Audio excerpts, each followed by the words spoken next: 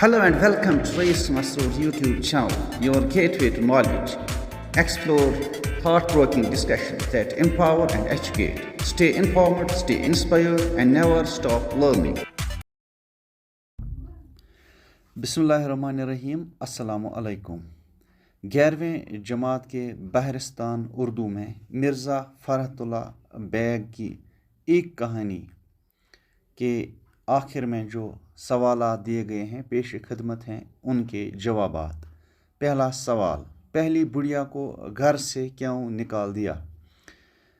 जवाब, पहली बुढ़िया को इसलिए घर से निकाल दिया गया क्योंकि उसके बेटे और बहू ने उसे नापसंद करना शुरू कर दिया था। वो बुढ़िया बूढ़ी और कमज़ोर हो चुकी थी, काम काज के काबिल नहीं रही थी और अब वो उनके लिए एक बोझ बन गई थी। बेटे और बहू ने खुदगर्जी और बेरहमी का मुजाहरा करते हुए इसे घर से निकालने का फ़ैसला किया। सवाल नंबर 2, वो खुशी खुशी क्यों लौट आई? जवाब, जब बुढ़िया को उसके बेटे और बहू ने घर से निकाल दिया तो वो दुख और मायूसी के आलम में निकल पड़ी। ताहम जब उसके पास 3000 अशरफियाँ जमा हो गई तो वो खुशी खुशी लौट आई। सवाल नंबर 3, दूसरी बुढ़िया को क्यों घर से निकाल दिया गया? जवाब, दूसरी बुढ़िया को इसलिए घर से निकाल दिया गया क्योंकि पड़ोसन की बुढ़िया को जब घर से निकाल दिया गया तो वो 3000 अशरफियाँ लेकर वापस आई।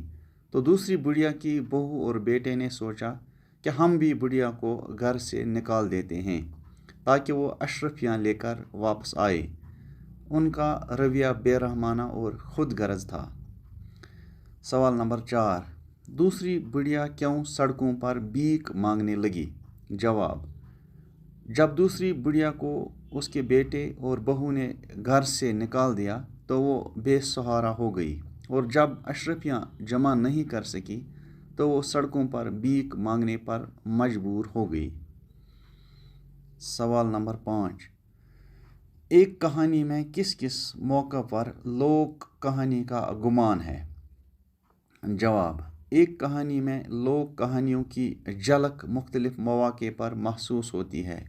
जैसे इस कहानी का आगाज़ रिवायती अंदाज से हुआ है जब नानियाँ बच्चों को कहानियाँ सुनाया करती थीं। इसी तरह पहली बुढ़िया को घर से निकाले जाने की कहानी एक रिवायती लोक कहानी की तरह है जहाँ बेटे और बहू की तरफ से बेरहमी और खुदगर्जी का मुजाहरा होता है जो कि आम तौर